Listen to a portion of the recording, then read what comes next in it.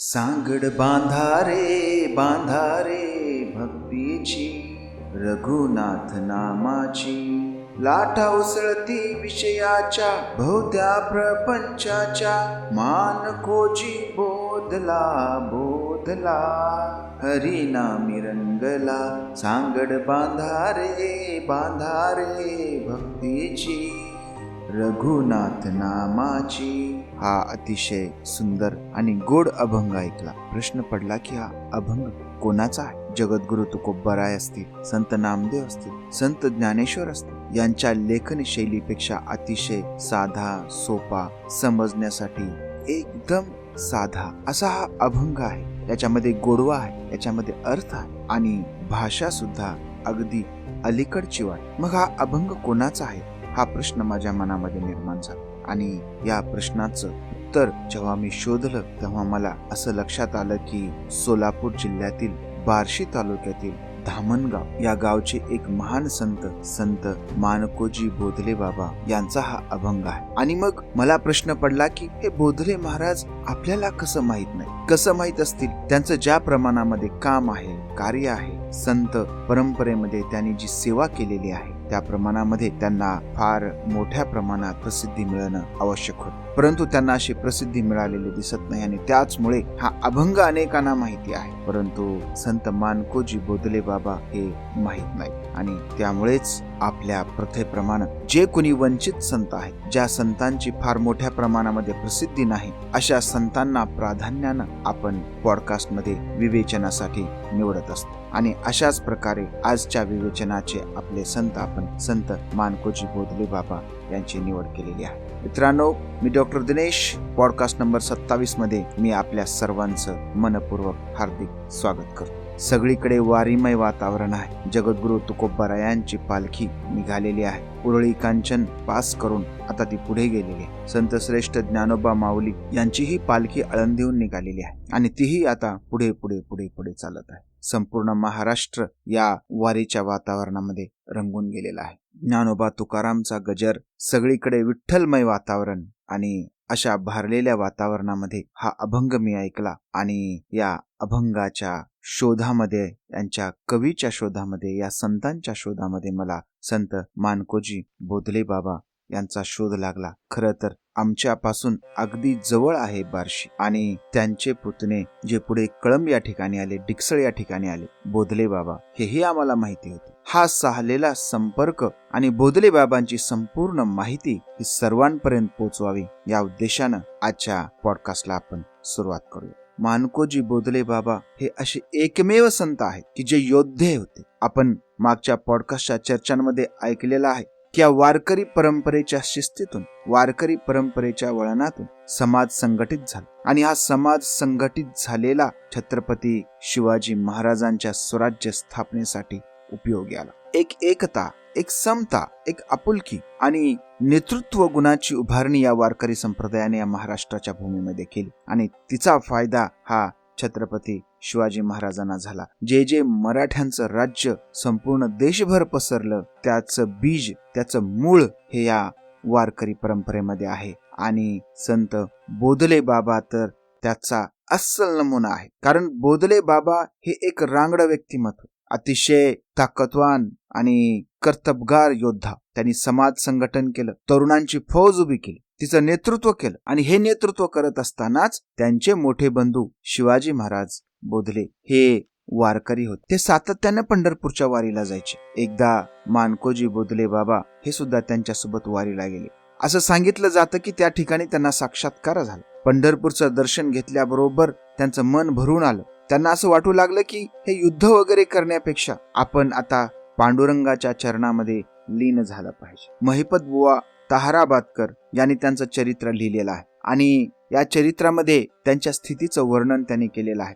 त्यामध्ये ते लिहितात, पंढरपूरला जेव्हा गेले तेव्हा देहीचे विदेही होऊन गेले, म्हणजे देह नाही अशी अवस्था त्यांची निर्माण झाली. एका अर्थानं ते पंढरपूरच्या विठ्ठलाशी तादात्म्य पावले. असंही सांगितलं जातं की त्यांनी 14 दिवस विठ्ठलाचा जप केला आणि विठ्ठलाचं त्यांना दर्शन झालं. गोजिरा रूपातलं दर्शन त्यांना दिलं आणि त्या ठिकाणी त्यांना विठ्ठलाचा, त्याच्या नामाचा त्याच्या भक्तीचा बोध झाला आणि म्हणून त्यांचं नामकरण बोधले महाराज असं झालं. आणि मूळचे असलेले जगताप हे त्या ठिकाणी काय झाले, बोधले झाले. आणि त्यापासून पुढे त्या संपूर्ण कुटुंबाचं नाव त्यांनी बोधले असं ठेवलं. त्याबाबत महाराज असं लिहितात की बोधला म्हणे देवा तुम बोधिले, आवडीने ठेविले नाम माझे. आणि तुम्हीच मला बोध दिला म्हणून मी काय केलेलं आहे, किंबहुना तुम्हीच माझं नाव आवडीनं काय ठेवलेलं आहे, बोधले असं ठेवलेलं आहे. आता बोध झाला, विठ्ठलानं दर्शन दिलं, विठ्ठल आणि महाराज तादात्म्य झाले, एकरूप झाले.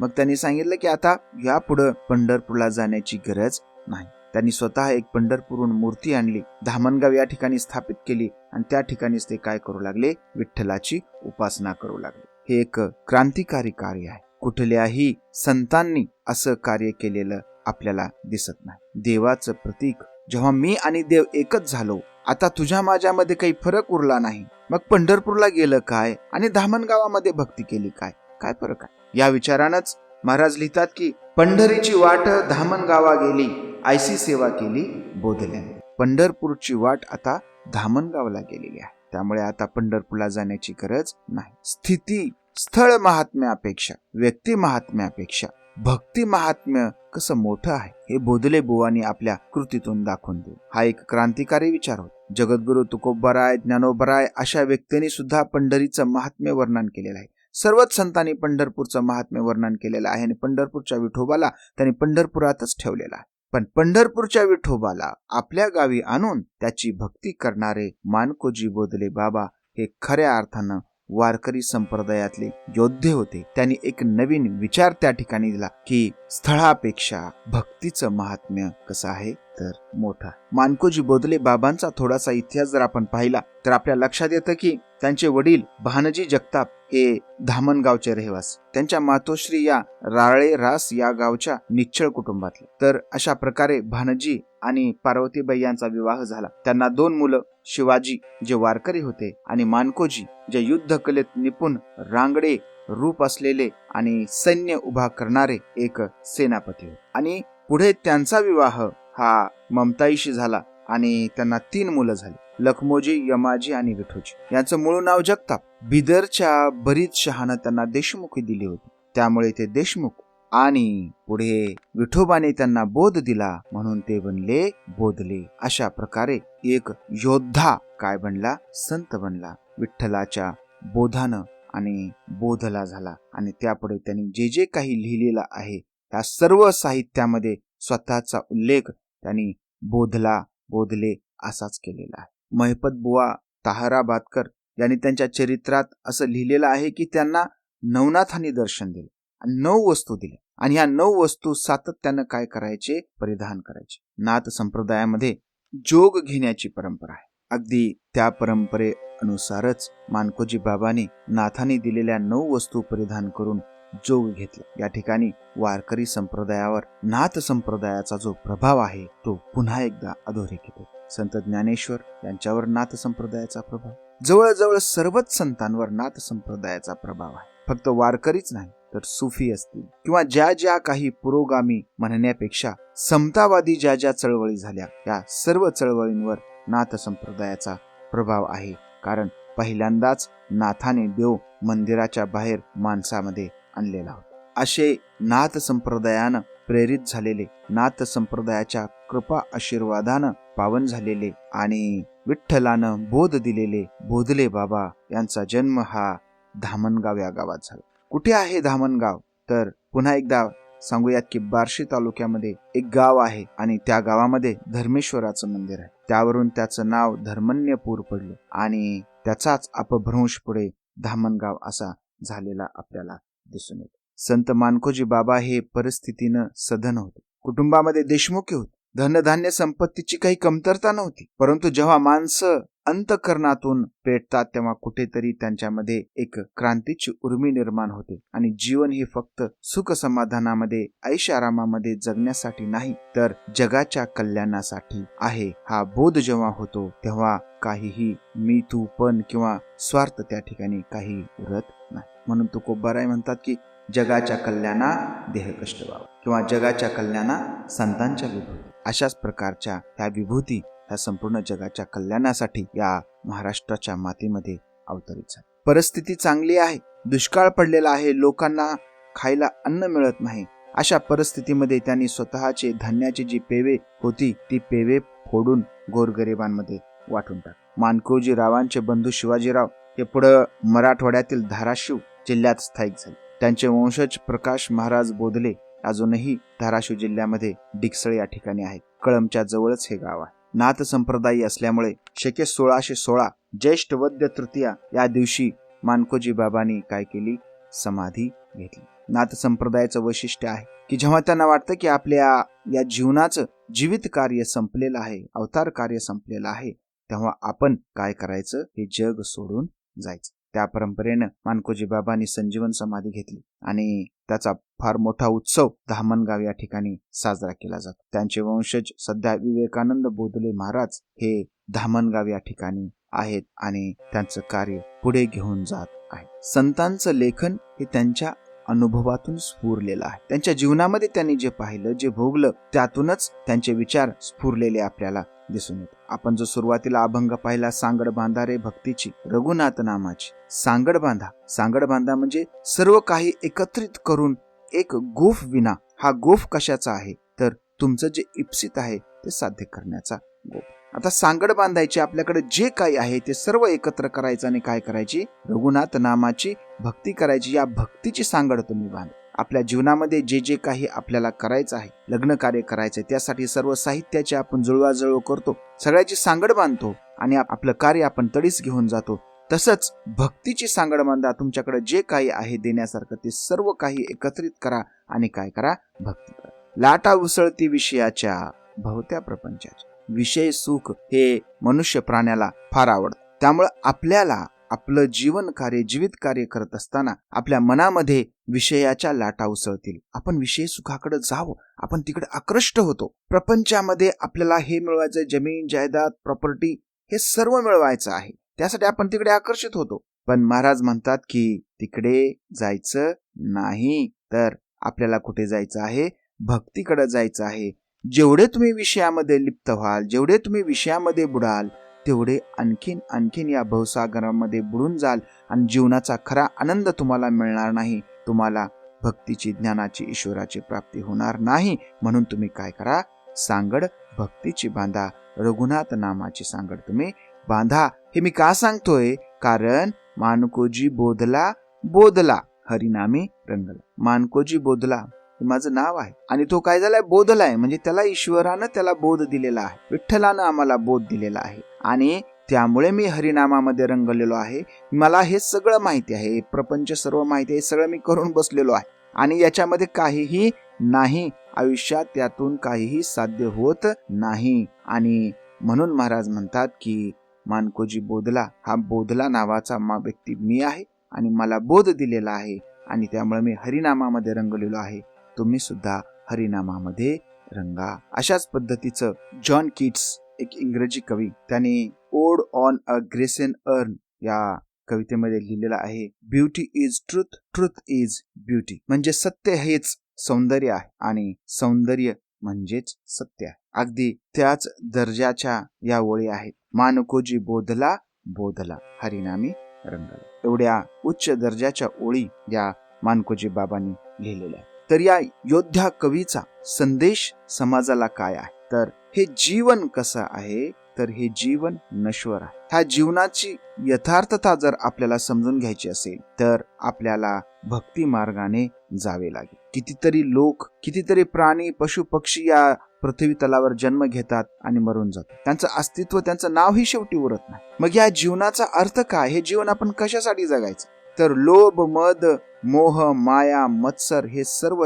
त्यागून मनुष्याचं जीवन कसं आपण सुखी समाधानी करू शकू याचा आपण विचार केला पाहिजे. म्हणून आपण काय केलं पाहिजे, भक्ती मार्गाकडे गेलं पाहिजे. विषयाच्या लाटा उसळतात, उसळू द्या, त्यांच्यावर मात करा आणि काय करा, भक्तीची सांगड बांधा. हा अतिशय सुंदर अभंग हा माणकोजी बाबांनी लिहिलेला आहे. आज त्यांचे अशाच प्रकारचे या जीवनाच्या विफलतेचं दर्शन करणारे आणि भक्ती मार्गाकडे जाण्याची आस धरणारे अभंग आपण आज विवेचनाला घेणार आहोत. महाराजांचे एकूण 110 अभंग उपलब्ध आहेत. त्यापैकी यापूर्वी आपण पाहिलेला अभंग त्याचा क्रमांक 108 होता आणि आता 105 नंबरचा अभंग आपण पाहूया. सासूची सून पाणीया गेली, पाणी फोडून तिने घागर आणली.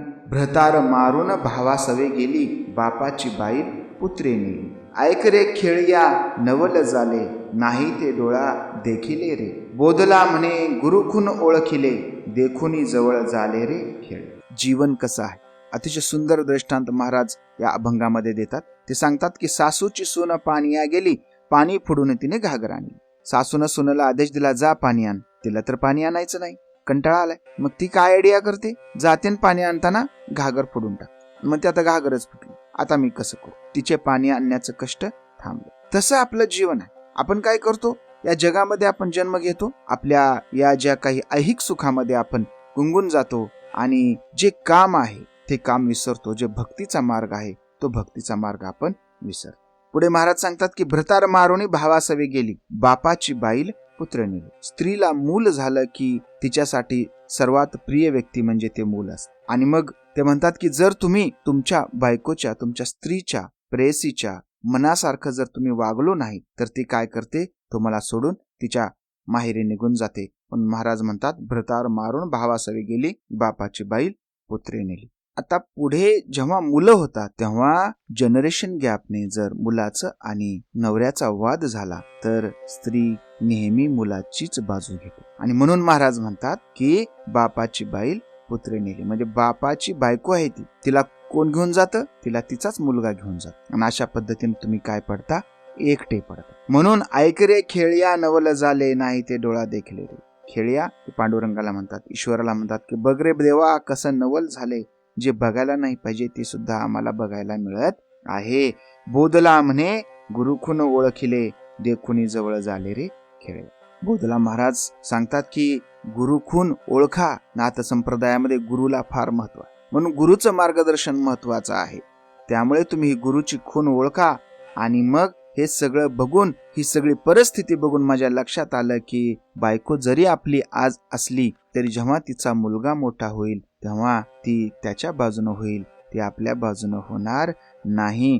आणि तरुण वयामध्ये जर तिच्या मनासारखं तुम्ही नाही वागलात तर ती निघून तिच्या भावाच्या घरी जाऊन बसेल. तुम्ही जर सासू असाल, सुनेला जर काही काम लावलं असाल तर कशा पद्धतीने ती तुम्हाला उत्तर देते किंवा कशा पद्धतीने ती वागते हे तुम्ही बघत आहात.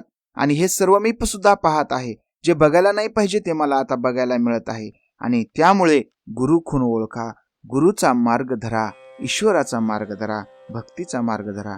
त्यातच काय आहे, तुमच्या जीवनाचं सार्थक आहे. पंढरपूरच्या विठ्ठलाविषयी महाराज लिहितात, पहिलाच अभंग आहे आणि या अभंगातूनच त्यांच्या विचारांची दिशा आपल्याला समजते की ते युद्ध वगैरे या सर्व गोष्टी सोडून आता सर्वाधिक महत्व त्यांनी भक्तीला दिलेलं आहे आणि तोच खरा भक्तीचा मार्ग आहे. काय लिहितात महाराज, अगा पंढरीनाथा तू आमचे माहेर, पाहे निरंतर वाट तुझी. तुझ्या भेटीचे अर्थ माझे चित्ती, रखुमाईचा पती पांडुरंग. तूच आमचे वित्त, तूच आमचे गोत, तू सर्व संपत्ती जोडी माझी. बोधला म्हणे तुझविन अनुनेने काही, प्रीती तुझी पायी बसो माझी. हे पंढरीनाथा तू आमचं माहेर आहेस आणि आम्ही निरंतर काय करत आहोत, तुझी वाट पाहत आहोत. आज जे लोक वारीला निघालेले आहेत, या वारीला निघालेल्या लोकांच्या मनाची अवस्था या अभंगातून, या ओळीतून आपल्या लक्षात येते की किती निरंतर विठ्ठलाची वाट पाहत आहेत. चालत चालत एवढ्या लांबून लोक विठ्ठलाच्या दर्शनाला जात आहेत आणि विठ्ठलाच्या भेटीची अर्थता माझ्या चित्तामध्ये आहे. आणि विठ्ठल कोण आहे, तर तो आहे म्हणजे रखुमाईचा पती असलेला हा पांडुरंग आहे. आणि हे पांडुरंगा तूच आमचे चित्त, तूच आमचे वित्त, तूच आमचा पैसा अडका, तूच आमचं सर्व काही आहेस. तूच आमचं गणगोत आहेस, आमची संपत्ती सुद्धा तूच आहेस आणि आम्हाला जे काही मिळत आहे हे सर्व देणारा सुद्धा कोण आहेस, तूच आहेस. म्हणून महाराज म्हणतात की बोधला म्हणे तुझ विन अनुनेने काही, प्रीती तुझी पायी बसो माझी. जर सर्व देणारा तूच आहेस, माझं सर्व चांगलं करणारा तूच आहेस, माझा प्रिय तूच आहेस, पैसा अडका प्रॉपर्टी जर सगळं तूच आहेस, तर मग तुझ्याशिवाय मला अजून काही नाही पाहिजे आणि माझी प्रीती तुझ्या पायामध्ये वसावी एवढीच माझ्या मनाची इच्छा आहे. अशा प्रकारे महाराज पंढरपूरच्या भेटीची अर्थता आणि जीवनामधील विठ्ठलाचं महत्व या अभंगातून आपल्याला त्यांच्या भक्तांना समजावून सांगत असताना दिसून येतं. माणसाचं जीवन कसं आहे हे सांगणारा त्यांचा एक थोडासा प्रदीर्घ मोठा अभंग आहे. तो अभंग पाहूया आणि मग थांबूया. तर तो अभंग असा आहे. तरुणपण भर देही पुढे नाठवे काही, भ्रांती हे येत डोळा तेने पडिलो वाही. माझे माझे म्हणतारे अंती न चले काही, गुरु वचन भाव बळे विश्वासे राही. रामकृष्ण वासुदेवा घरी संत संग सेवा, त्यानेच हित होईल मग पावसील देव. वाया तू नव जासी करी गुरुची सेवा, आता तरी सावध होई का भुललासी मूढा. व्यर्थ तू पडू नको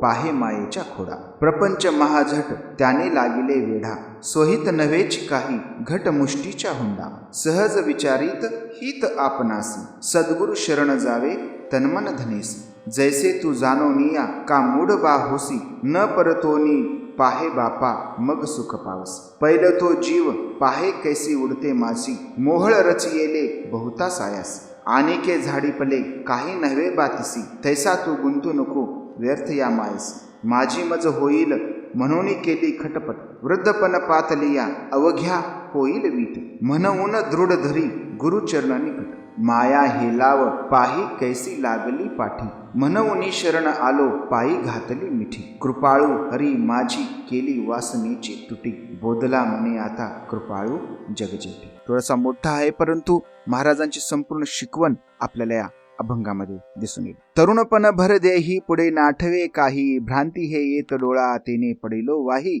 माझे माझे म्हणतारे अंती न चाले काही, गुरुवचन भाव बळे विश्वासे राही. तरुणपण जेव्हा देहामध्ये असते तेव्हा शरीरामध्ये अशी मस्ती असते, ताकद असते, ऊर्जा असते आणि त्या ऊर्जेपुढे आपल्याला काही आठवत नाही. डोळ्याला भ्रांती येते, मी काही करू शकतो अशी मनाची स्थिती असते. आपल्या शरीरामध्ये असणारे जे काही हार्मोन्स आहेत, वयात आल्यानंतर हे हार्मोन्स आपल्याला उत्साही बनवतात, ताकदवान बनवतात, ऊर्जावान बनवतात आणि यामुळेच आपण वाया जाण्याची शक्यता असते. म्हणून महाराज म्हणतात की भ्रांती हे येत डोळा तेने पडिलो वाही. आणि ह्या ताकदीमुळे, ह्या ऊर्जेमुळे भ्रांती येते. मनाला चुकीच्या गोष्टी सुद्धा बरोबर वाटू लागतात आणि त्यामुळं काय होतो, आपण वाया जातो. माझे माझे म्हणतारे अंती न चले काही. तुम्ही माझं माझं म्हणता या वयामध्ये लग्न होतं, मुले होतात, हे सगळे आपण माझे माझे म्हणतो, परंतु शेवटी हे काहीही चालत नाही. गुरु वचन भाव बळे विश्वासे राही. अरे बाबा, गुरुचं वचन मान आणि गुरुच्या विश्वासावर काय करतो, राहा. पुन्हा या ठिकाणी नाथ संप्रदायाचा प्रभाव आपल्याला दिसून येतो की गुरुवर विश्वास ठेवा. गुरुर ब्रह्मा गुरुर विष्णू गुरुर्देव महेश्वरा, गुरुर साक्षात परब्रह्म तस्मै श्री गुरुवे नमः. वेदांमध्ये सुद्धा गुरुचा महिमा व्यक्त केलेला आहे आणि गुरु पौर्णिमेच्या पॉडकास्टमध्ये सुद्धा आपण गुरुचा महिमा त्यावर विवेचन करणार आहोत. तर गुरुवचनाच्या भावबळावर तू काय करा, विश्वासानं निश्चिंत राहा. ते तुला काय करून जातील, पहिलं तरी घेऊन जात. अर्थात आजकालच्या गुरुचा जर विचार केला तर आपण गुरु सुद्धा अगदी पारखून विचार करून निवडले पाहिजे. पुढे महाराज म्हणतात, रामकृष्ण वासुदेवा घरी संत संग सेवा, त्यानेची हित होईल मग पावसील देवा. वाया तू नवजासी करी गुरुची सेवा, आता तरी सावध होई काय भुललासी मूढा. व्यर्थ तू पडू नको पाहे माईच्या खोडा. रामकृष्ण वासुदेव देवाचं नाव घे, घरी संत संग कर. संत म्हणजे भगवे वस्त्र घालणारे, अवडंबर करणारे नाही, तर विचाराने श्रीमंत, चांगल्या विचाराने भारलेले लोक जेव्हा आपल्या संपर्कात येतात तेव्हा त्या विचारांचा प्रभाव आपल्यावरही पडतो आणि आपणही त्या विचाराने काय होतो, प्रभावित होतो. म्हणून महाराज म्हणतात की संत संग सेवा, चांगल्या लोकांचा संग ठेवा, संतांचा संग ठेवा. जीवनामध्ये नैतिकता ठेवणारे जे लोक आहेत त्या लोकांचा संग ठेवा आणि त्यामुळेच काय होईल, तुमचं हित होईल आणि तुम्हाला देव सुद्धा पावेल. नाहीतर तू काय जाशील, वाया जाशील. आणि जर वाया जायचं नसेल तर तू काय कर, गुरुची सेवा कर. मी काय सांगतो नीट लक्षपूर्वक ऐक आणि जर करत नसशील तर आता तरी सावध होई का भुललासी मूढा. वेड्यासारखं काय भुललास या जीवनाला, या जगाला, सावध हो. आणि या सगळ्या प्रपंचाच्या मोहजाळामध्ये तू व्यर्थ पडू नकोस. ही सर्व काय आहे, माया आहे आणि ह्या मायेमध्ये फार मोठी खोड आहे, ती आपल्याला फारच आकर्षित करून घेते.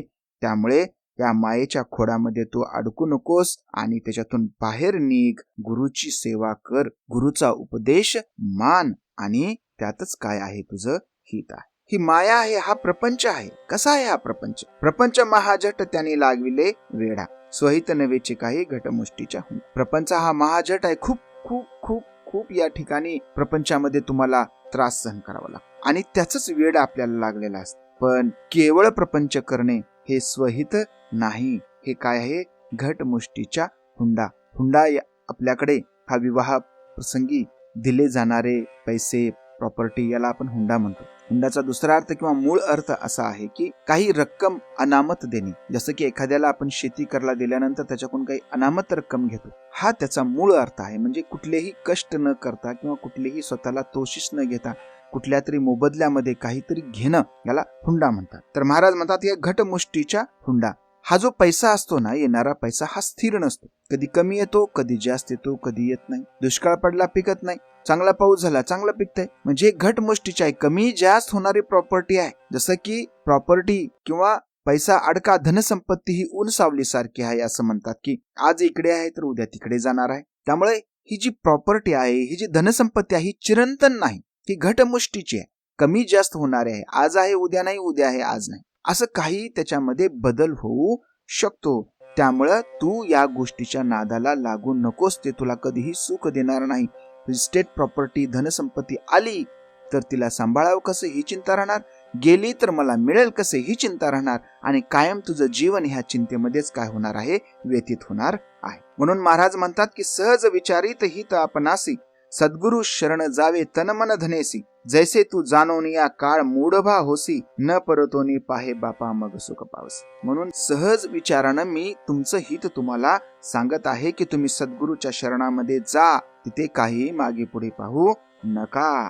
आणि जैसे तू जाणोनिया मूढ का होसी, हे सगळं तुला कळत आहे तरी पण मूढ का होतोस तू, काय वेडा होतोस? आणि मग हे करताना पुन्हा परत पाहू नकोस. आणि जर तू असं केलंस तरच काय होईल? तू सुखी होशील. महाराज पुढे एक अतिशय सुंदर दृष्टांत देतात. पहिलं तो जीव पाहे कैसी उडते मासी, मोहळ रचियेले बहुता सायासी, अनेके झाडी पले काही नवे बातिसी, तैसा तू गुंतू नको व्यर्थ या मायसी. अतिशय सुंदर उदाहरण या ठिकाणी दिलेलं आहे. महाराज म्हणतात की तो जीव बघ पलीकडे उडणारा मोहळावरचा, त्याच्यावर एक माशी आहे. ही माशी काय करते?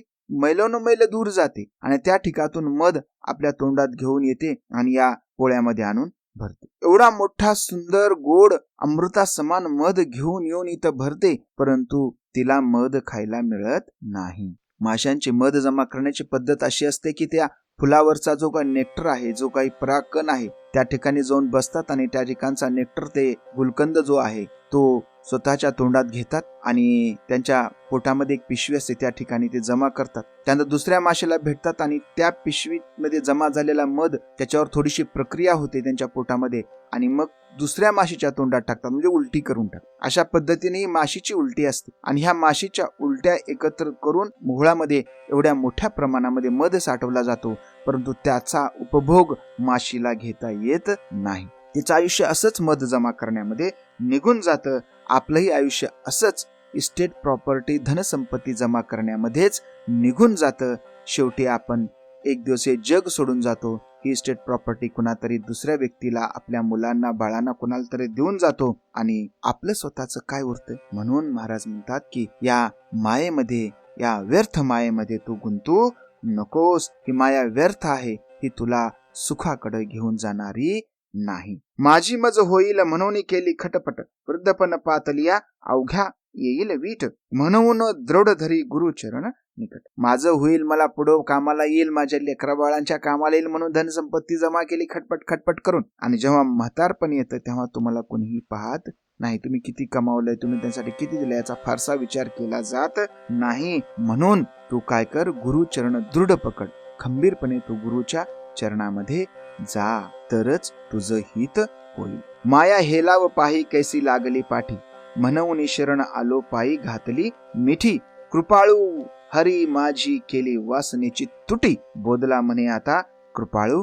जगजेटी. माया हेलाव पाही, बघ तुला कशी हलवते ही माया, कशी तुझ्या मागा लागलेली आहे. तुझ्या मनामध्ये सातत्याने प्रपंचाचे, कुटुंबाचे, आर्थिक प्रगतीचे, धनधान्याचे, संपत्तीचे, लेकरांचे, कुटुंबाचे, मित्रांचे विचार घोळत आहे आणि त्यांच्या हिताच्या गोष्टी तू करत आहे. अशी माया माग लागते, याचा अनुभव मला आहे. मी युद्ध लढलेलो आहे, मी धनसंपत्तीही प्राप्त करून पाहिलेली आहे. हे सर्व अनुभव माझे आहेत आणि या अनुभवातूनच मला सुचलेला आहे आणि या अनुभवातूनच महाराजांना सुचलेलं आहे. म्हणून महाराज पुढे म्हणतात की म्हणून शरण आलो पायी घातली मिठी. याच्यात काही नाही हे मला कळलंय, म्हणून मी तुम्हाला शरण आलेलो आहे आणि तुमच्या पायाला मी मिठी घातलेली आहे. आणि माझा कृपाळू हरी विठ्ठल ज्यानं मला बोध दिला तो एवढा चांगला आहे, एवढा महान आहे की त्यानं माझी या वासनेपासून काय केली, तुटी केली. या वासनेपासून मला तोडून बाजूला घेतलं आणि असा माझा कृपाळू मायाळू हरी आहे, माझा देव आहे.